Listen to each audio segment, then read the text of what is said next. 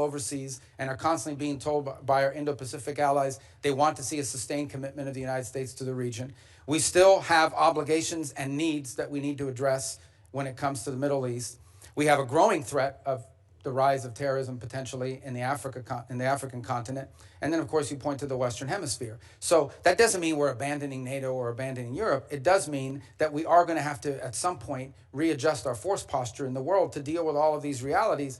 And as a result is why I keep making the point, the stronger our allies and more capable our allies in NATO are, the more flexibility we'll have to do that. We'll still be there with our assurances. We'll still be there with our presence. We'll still have some of the largest military deployments in the world will be in Europe with our allies.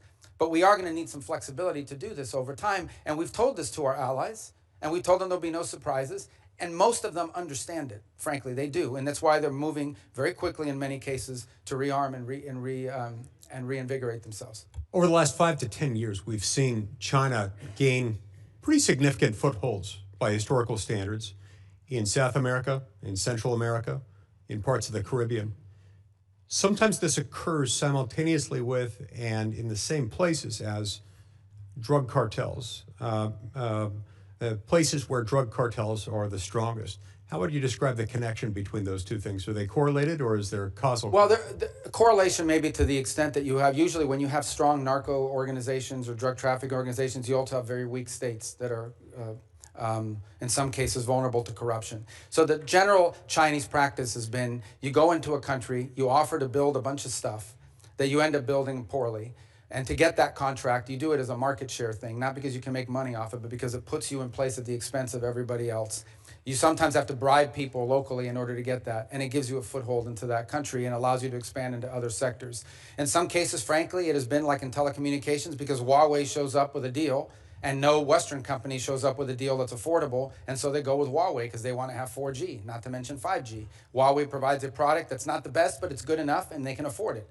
And it's subsidized by the Chinese government. So we've seen that play out in place after place. It became quite acute, for example, in the Panama Canal Zone, where a Chinese company ended up owning both ports on the Pacific and on the Caribbean side and Atlantic side of that canal, which is of grave concern to the United States. So I do think you've seen their presence, largely through economic means over time, create leverage over nations in the country who become emboldened and either trapped in debt traps or trapped in bad contracts they can't get themselves out of, and always in sectors that are valuable to China that include rare earths, and critical minerals, energy, and infrastructure. Senator Shantz. Thank you. Thank you, Chairman, Ranking Member. Secretary, good to see you again. I want to ask about the oil. Under U.S. law, funds received by the government must be deposited with the Treasury. Earlier, you testified that the funds are being held short-term in Qatar and then will move to a Treasury-blocked account. What is the statutory authority for the administration relying on Qatar to hold the funds? It's not our funds. The funds are in an account that's owned and signed. It's an account that belongs to Venezuela, but it has U.S. sanctions as a blocking mechanism on it. And one of the primary reasons why it was in a third country initially, until we could create the mechanism to move it to a U.S. presence, is twofold. One, we have an issue we're working through on recognition. What is exactly, you have to recognize a government, but we don't recognize this government. We recognize the 2015 National Assembly. So we have to find some creative way legally to meet that standard. The other is, frankly, creditors. If any of that money touched a U.S. bank, even if it was an account in the name of the Venezuelans, it would immediately be seized upon by a number of creditors who eventually will have to take care of. But in the short term, that would impede the ability of the Venezuelan authorities to receive the funds they need to operate. So do you have the, I mean, this is what I'm trying to get at, right? Either it's American money, in which case it's subject to the Miscellaneous Receipts Act, and there are all kinds of things that attend to that. You're saying it's Venezuela's money, but it does sound like, according to the EO, according to the president's statements, you are in charge of that money. What authority are you relying on to be in charge, almost in a sort of receivership kind of arrangement, of how funds are both received and expended for a foreign country? Like, wouldn't you have to come to Congress to establish that kind of relationship? Well, no, because the money never enters our hands. We only control the disbursement of the money. We don't control the actual money. Sure, in but the if sense you're, of, but that's like it comes into our bank account. Do you think that you have somewhere in the statute or the Constitution the authority to control disbursements of a foreign country? Well, they've agreed to this. And that's the key. They've agreed to this arrangement in which the sanctions that are placed on this oil is what blocks its distribution. So we've agreed to release sanctions and allow the disbursement of the funding as long as they're spending it in a certain way. So I understand it's novel, but it's the best we could come up with in the short term to ensure that they're... Is there a written agreement that memorializes Yes, this? and yes, I believe there is, and there will have to be one most certainly once we transition that to U.S. accounts. Secretary, my understanding is the committee doesn't have this agreement. Well, I can... Or if we do or we don't. Yeah, We do and you not probably have that. wouldn't because it's a Treasury matter. Treasury's handled it, but I can most certainly talk to Treasury about providing you the information. Also, you're the National Security Advisor, so you do have a role here in coordinating between the departments. So it's not just like you can punt this to Treasury. Yeah, I just didn't bring the document with No, me. I got it. Okay. I just want you to land it and get it to the committee because look, you're being transparent. I think this is novel. I think it's funky. I think it may not even be permissible, but I don't know until I see the document, and I'd like you to just land it for us if that's all right. Yeah, no, like I said, and by the way, by the time I get it to you, hopefully we won't even have that account anymore. It'll be in a bit more traditional, where we can use our sanctions as leverage on how the money's being spent. You're just going to move on to a couple of other issues. Your comments that Havana should be concerned about the Maduro operation is fueling speculation that this administration will turn its sights to Cuba next. Will you make a public commitment today to rule out U.S. regime change in Cuba? Regime change? Yes. Oh no, I think we would love to see the regime there change. We would like to. That doesn't mean that we're going to make a change, but we would love to see it change. There's no doubt about the fact that it would be of great benefit to the United States if Cuba was no longer governed by an autocratic regime. But you know what we mean by regime change. We don't mean I wish someone else were in charge. When we talk about regime change, we're talking about using the power of the United States, usually kinetic power, but often other kinds of coercion. And I'm not even saying that that's always not in our interest. I'm just saying, I'm not asking you whether we would prefer a different kind of government. I'm asking whether you are trying to precipitate the fall of the current regime. Yeah, but that's statutory. The Helms-Burton Act, the U.S. embargo on Cuba is codified. It was codified in law, and it requires regime change in order for us to lift the embargo. Okay. We have not received any information on the Board of Peace. Do you commit to informing us about what the heck this is? Yeah, it's Okay. a board of peace. Thank you. Well, I mean, But- I'll just note that Albania, Armenia, Azerbaijan, Bahrain, Belarus, Bulgaria, Cambodia, Egypt, Hungary, Indonesia, Israel, Jordan, Kazakhstan, Kosovo, Morocco, Mongolia, Pakistan, Paraguay, Qatar, Saudi Arabia, Turkey, UAE, Uzbekistan, and Vietnam. There are a lot of countries with whom we normally work very closely and with whom we are aligned geopolitically and in terms of values that are not on the Board of Peace. And so I think it's reasonable for us to wonder whether something in terms of a, I don't know, competitive structure to sort of either undermine the UN or circumvent the UN. I just worry that a lot of our friends are not on that list, and some of our adversaries are. So to 2 points, the impediment that they have is, first of all, it was chartered by the UN. I mean, the UN, it's a UN resolution that actually created the mechanism by which the board was set up. And the primary and sole focus of that board right now is to administer phase 2 and phase 3 of the plan in Gaza.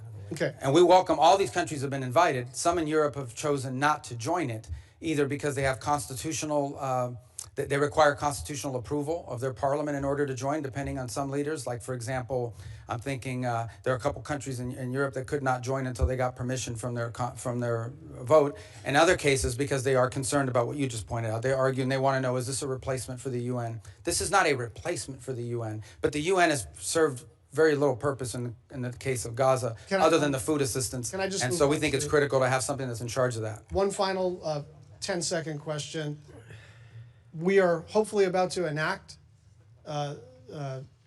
appropriations law either this Friday or soon after that. And I just want your commitment to work with my team and anyone else who has jurisdiction on the implementation of the SFOPS bill. Yes, of course, and we're very happy you're about to pass it. Even if you pass none of the other budgets, you should pass that one. Thank you. I agree. You could have gone a little further than that, Secretary. Senator Curtis. Thank you, Mr. Chairman. Thanks, Mr. Secretary. Thank you for your service. You and I overlapped in the Senate by only a couple of days, and as a result, I've only had the luxury. Those were my 2 best days in the Senate. As a result, I've only had the luxury of watching you from a distance, but I will tell you unequivocally, I'm grateful for your role. I believe unequivocally that you and President Trump have made the world a safer place. I push back on the false narrative that we're not respected. I think we're respected far more than we were around the world. And so I'm grateful for that. I don't know how you get around the world the way that you do. You must have some type of superpower, and I'm grateful for the time you spent with us this morning.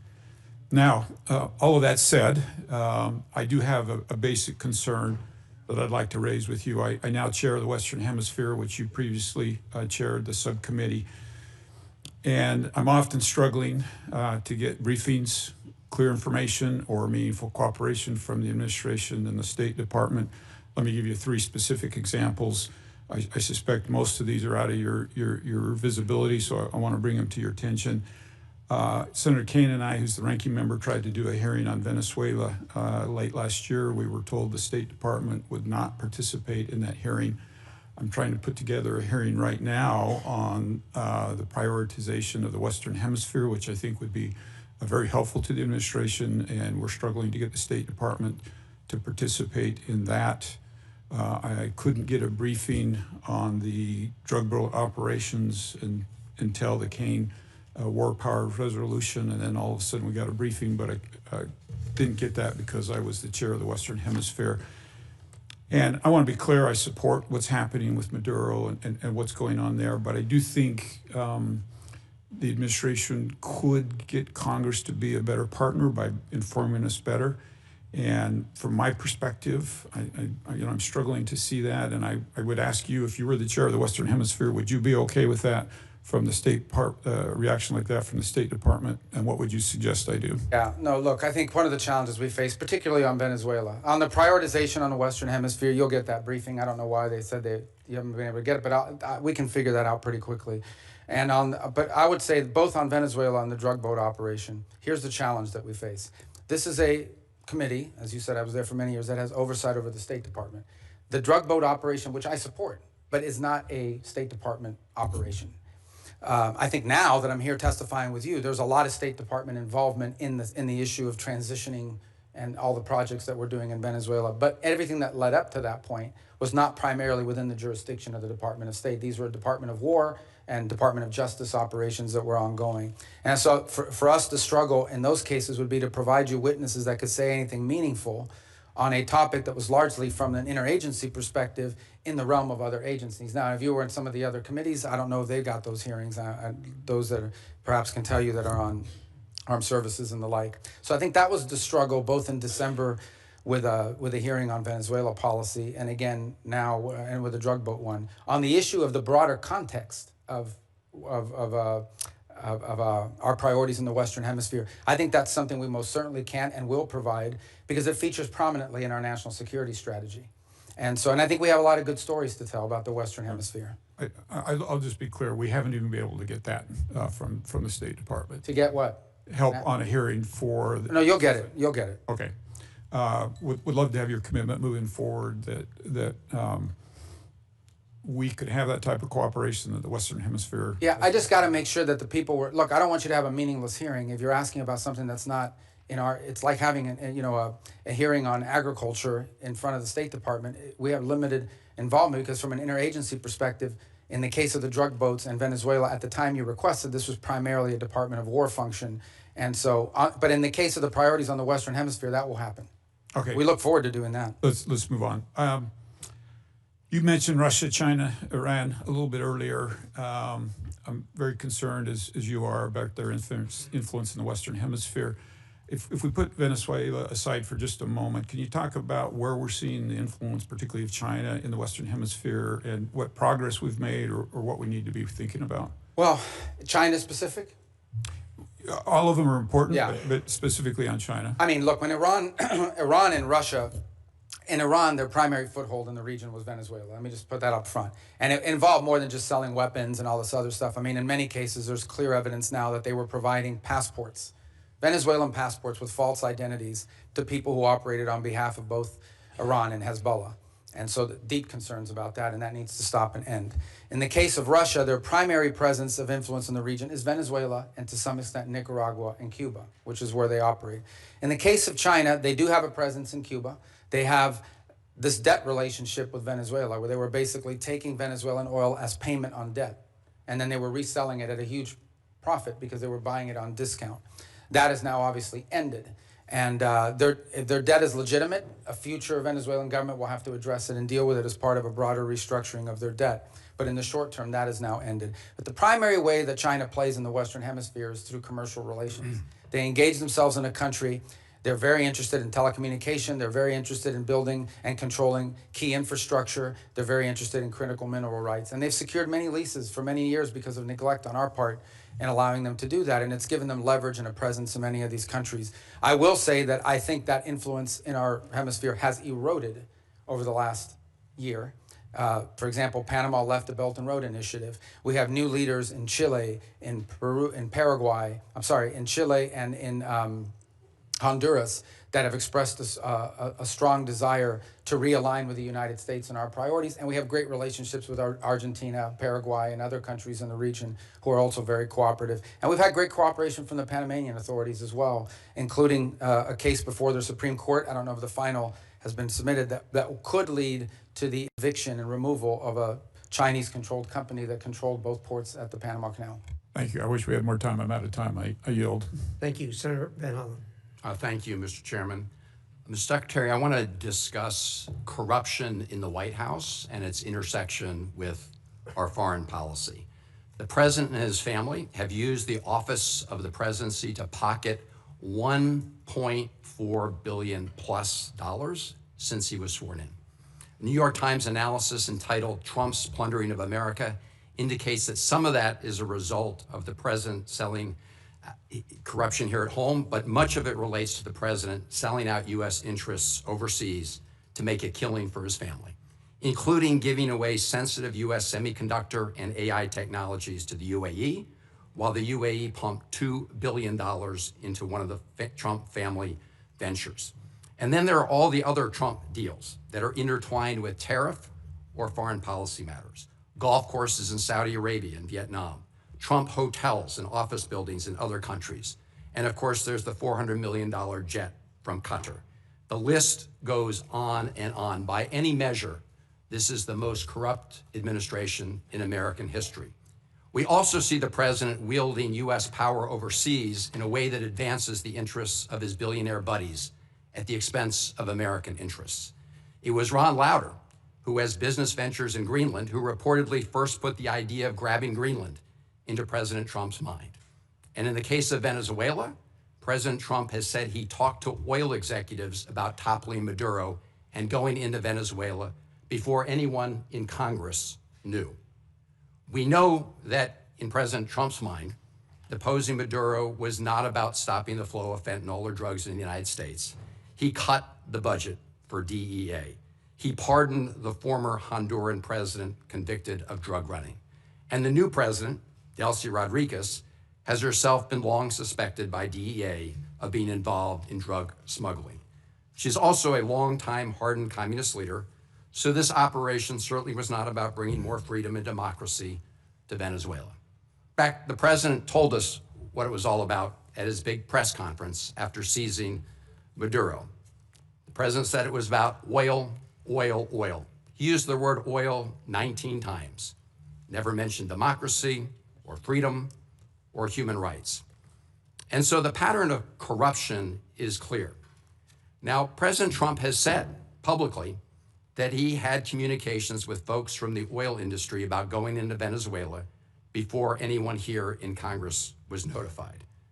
Mr. Secretary, simple yes or no question. Were you with President Trump during any of those conversations he had with people with oil interests in Venezuela about the possibility of deposing Maduro? That's not a simple yes or no question, but I can answer it quickly, and that is the president always elicits opinions from all sorts of people, including, for example, Chevron has an active license in Venezuela. They operate in Venezuela. They've been doing so even when the sanctions were in place.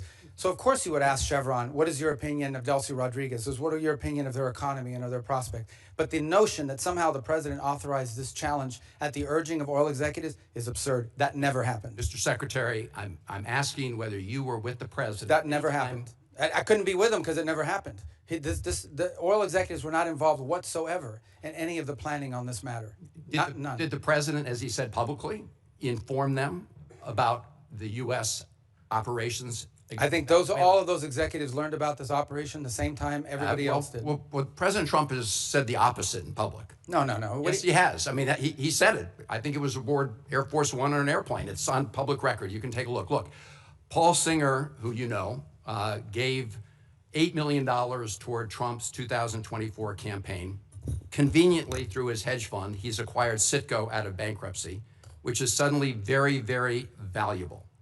Did you or President Trump have any communications with Paul Singer about Venezuelan oil in the months leading up to the military action in Venezuela? I can tell you I did not, and I would be very surprised what the president did in that regard. And in fact, that Singer position that you've outlined, which is not just him but other creditors, was actually was blocked. We don't want to see. It's one of the reasons why we had to do this account in a third country in the interim, is because we don't want it to be something that's picked apart by creditors. I appreciate that, and we'll monitor it carefully. There's also Vitol. They've been given a license for Venezuelan oil worth about $250 million. Vitol's senior partner, John Addison, gave $6 million to the Trump-aligned PACs in the last cycle. And the list goes on, Mr. Secretary. And I have to say that when you have the President of the United States himself, after taking Maduro, get up and say this was about oil, oil, oil, it does make all of us ask the question whether he put men and women in the U.S. military at risk simply so he could grab that oil. Well, that oil, yeah. And I don't know if you were here. I think you were here the whole hearing. I don't think you had left. Number one, the only reason why we use Traffi and Vitol is simply because in the short term, we had to move 50 million barrels of oil that were stuck. And Venezuela needed to turn that into cash so that they wouldn't have systemic collapse. And the fastest way to do it in the short term is for the traders to do it, because that's in the business that they're in. That is not the permanent structure. The permanent structure we want to see is a normal oil industry where it's sold directly. You know, companies have licenses down there, they have an arrangement to pay royalties, and they move the oil directly to their refineries or sell it in the global market, not through middlemen. Yeah. The only reason why they were used in this instance is because we had an acute short-term problem, which is how do we provide funding from their own revenue, not ours, to keep their government afloat. So in essence, we allowed Venezuela to use their own oil to generate revenue to pay teachers and firefighters and police officers and keep the function of government operating so we didn't have systemic collapse. But that system with those traders, that is not the long-term plan here at all. My only point, Mr. Secretary, is those folks who gave a lot of money to the Trump campaign have done very well as a result of what's happened. Thank you. Thank you, Senator Daines. Secretary Rubio, good to have you up here. I just returned from India, had a chance to visit with leadership there, as well as spend time with our new ambassador, Sergio Gore. He's off to a great start, and very profitable visit. Hope to debrief you in it soon, if I might. By the way, I think if we were to pick an MVP of the West Wing, Secretary Rubio, my vote's for Marco Rubio. So we have a lot of MVPs, don't we? Yeah, I know you do. I know you do. But we get a vote on one. I think you've done a great job of this first year. Very proud to claim my former colleague and now our Secretary of State. Secretary Rubio, as you've noted, there are numerous reasons and good reasons why the U.S. is the arbiter of Venezuelan petroleum sales.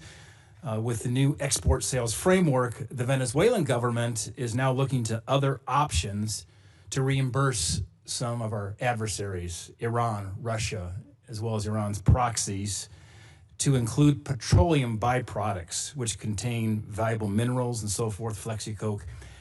Has the administration considered expanding the export controls to additional petroleum byproducts?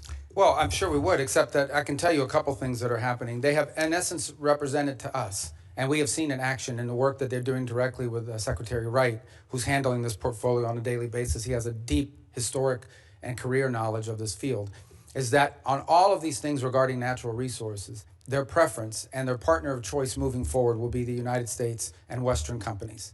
That's what they intend to do. As a point of example, and I said this earlier in the hearing, you may not have been here, today they used to get 100% of their diluent.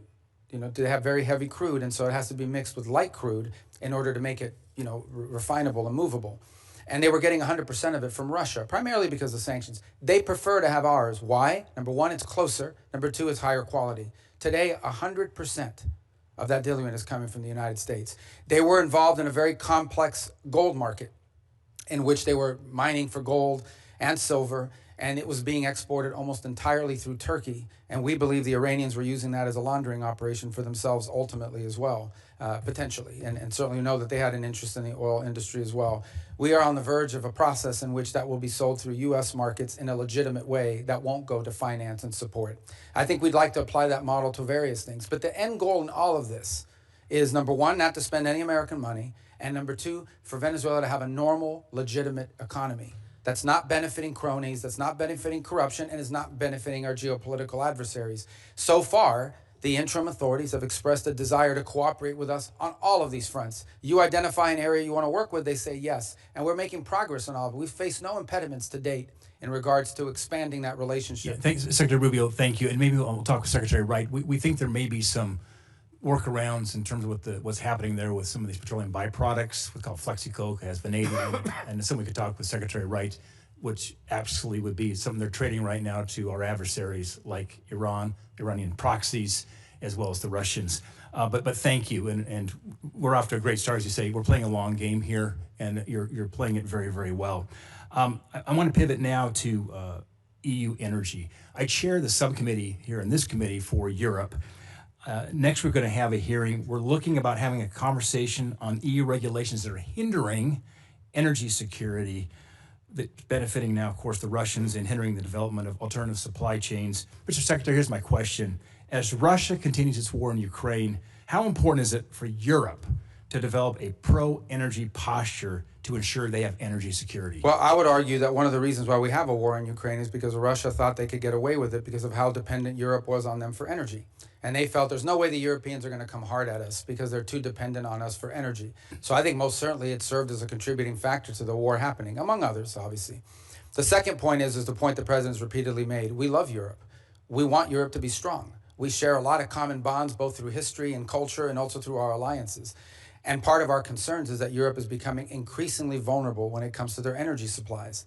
Increasingly vulnerable both for domestic economic growth, which will allow them to sustain investments in defense and be more reliable partners, but also vulnerable to Russian oil and other things of this nature. So we are concerned, though it's not our decision to make, we are concerned that EU policies in general are leaving Europe more vulnerable at a time when they should be getting stronger in their ability to resist pressure from both Russia and China. Secretary, thank you. And we hope to have that discussion next week at the subcommittee level. Last question is back to one of my favorite topics, back to Central Asia. We had a great dinner at the White House with the 5 Central Asian presidents that you were at, President Trump, as well as Vice President Vance. I had an honor to be there with you all. They're making a major shift right now in terms of having a closer diplomatic and economic relations with the United States. That all fits in part of the geopolitical puzzle, which relates to energy supply as well. Here's my question. How important is it that we end these Jackson-Vanik trade restrictions as it relates to our relationship with Central Asia? And for background here, Senator Murphy and I are co-sponsors of that bill. We hope to actually get this done and on the president's desk. It's an ancient Soviet-era restriction that is not relevant at all, but frankly is hindering our relationship with these important Central Asian. Yeah, no, we agree. We agree, and that, like I said, one of these areas that you've been focused on for a long time. Ambassador Gore, that, as you know, is in India, is also an envoy to these 3 countries, just came back from Tajikistan a couple days ago. So I think that absolutely we would like to see that because it would allow us to do even more. Yeah, great. Thank you, Chairman. Thank you. Senator Rosen. Thank you, Mr. Chair, Ranking Member, and thank you, Secretary Rubio, for being here. I'm going to get right into it because I want to build on Senator Van Hollen's line of questioning. President Trump pardoned the former Honduran president after he was convicted of trafficking roughly 400 tons of cocaine into the United States. Cocaine that contributed to the deaths of tens of thousands of Americans year after year. Yet the president and his cabinet authorized a military operation to capture Nicolas Maduro in order to arrest him for virtually the same crime. So yes or no, because I have a bunch of questions here. To the best of your knowledge, was Hernandez convicted of trafficking approximately 400 tons of cocaine into the United States? I'm not involved in the pardon process. I can tell you. No, that I'm just the asking president, if yeah, but I don't do yes or no. I don't play games. This is not a game show. Do you know okay, so I'm just going to tell you So I can answer your question because I know what you're getting at, but go he ahead. was Ask. convicted.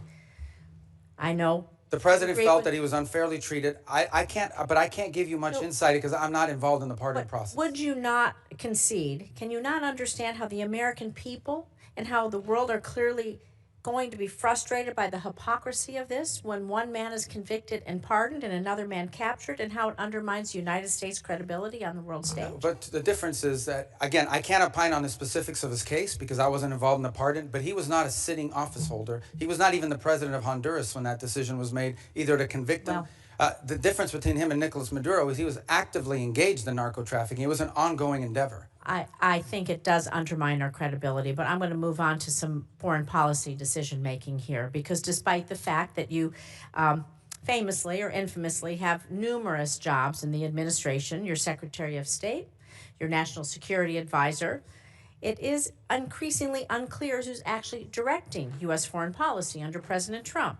We have a Special Envoy Witkoff. He's reportedly conducted Russian-Ukraine talks in Switzerland beyond your awareness. He and Jared Kushner have been described as managing the president's Gaza plan. Meanwhile, Ambassador Barrack is leading on Syria policy, while Special Envoy Boulos is appearing to lead on our Africa policy. So I have to ask you, I know the answer to this, but I'm going to ask you, are you the lead for U.S. government on foreign policy? No. The lead on U.S. foreign policy is named Donald J. Trump, the President of the United States. On the individuals you've described, these are very valuable teams. We have if I can answer, because I think it's important. It's a legitimate question. I have the distinction, but I think both the benefit of being the National Security Advisor and the Secretary of State. As National Security Advisor, my job is to coordinate the interagency function of national security, and that involves foreign policy. So I speak to Steve Witkoff and Jared Kushner in the case of Gaza and now Russia, probably 10 times a day. We have multiple meetings and coordination. All of it is we build a team. We gather facts, we present options, and then we take them to the president. It is the president who directs the the foreign policy of the United States. That's always been the case, by the way. You can't overrule their decisions. Do you outrank the special envoys and ambassadors? Do they get your input as an example? Do they care about your input, or do they go straight to the president? There's no time in which the president is presented an option by one of us at the exemption of everybody else. It depends on the portfolio. But in every one of these portfolios, we have a team approach to this, which is the way the system is supposed to work. It's not the way it's always worked. You have had in the past tensions between the National Security Council that became operational in the Department of State. In this particular case, there's not much conflict between the two because it's the same person. And we basically, what we basically try to do in every one of these unique missions is we create a consensus team around it, and then we present the president options together. Options. It's the president's decision, nobody else's. There's no overruling here. The president makes the decision. Our job is to present him options. Shouldn't they report to you? Shouldn't there be a line of command and a line of transparency? They report to me every day. Where does the buck stop? But they report to me every day in terms of keeping me apprised of what's happening. I give advice. I give, in some cases, direction. They involved heavily. For example, the special envoys rely almost exclusively on State Department personnel to assist them in all of their efforts. For example, on the Board of Peace, we helped them position the entire gathering last week and all the work that's going to happen now. On every one of these issues, it's not linear. No single individual other than the president has the ability to dictate our foreign policy. Our job is to come to a consensus view on the best way forward. Where there are disputes, those are presented to the president, and he makes the decision. Let's talk about the Board of Peace then, because all treaties and statutes have to be approved by Congress, and the president is starting a new Board of Peace, and we would need that authority. The authority for the filing stems from the International Organizations Immunities Act, but it's my understanding it only provides the president with such authority when participation by the in an organization has been approved by treaty or statute. Treaties and statutes must be approved by Congress. So when will the administration be requesting Congress pass legislation to authorize the president to extend this benefits to the Board of Peace, creating the Board of Peace, and when will it be sent? Well, actually, the Board of Peace was chartered and set up by the UN Security Council through a vote of the UN Security Council as the deliberation. So it's an international organism recognized by the Security Council of the United Nations, which is something I think many of you should be supportive of. The fact that we're doing The president is claiming his authority is from the International Organizations Immunities Act, And this law only provides the president authority when U.S. participation has been approved by treaty or statute. I know my time is up. Please consider working with us to do these things. You know what it is to be a senator. You know what that collaboration and cooperation mean. And I think that all of us expect that respect from you and would really appreciate it. Thank you. Thank you, Senator Rosen. Secretary, you've been very generous with your time. We have just a few comments to wind up here. Senator Shaheen. Yes, I agree. Thank you. I hope that you will come more often before this committee. But I just wanted to clarify a couple of things. One is that under the CASE Act, the State Department is required, as are other agencies, to give documents like the one that Senator Schatz was raising for the agreement between Venezuela and the U.S. to this committee. We have not yet received it, so I hope that we will see it in the near future. The other thing, with respect to the exchange between you and Senator Rosen, I can tell you that we have, as the minority staff, requested on multiple occasions updates from the State Department on the special envoy's negotiations on the Ukraine war with Russia, and we have been denied access to any of that information. I would hope that, number one, that would be available, because I think everybody's interested in trying to support efforts to end this war in Ukraine. This should not be an adversarial position. And number two, I would also hope that, like Senator Curtis, that you would be willing to have someone from state come before the committee. We have not had a hearing on negotiations over the war in Ukraine since I've been on this committee since the president took office. And so I hope you will make that commitment to come have state come and be part of a hearing on the war in Ukraine and the negotiations there.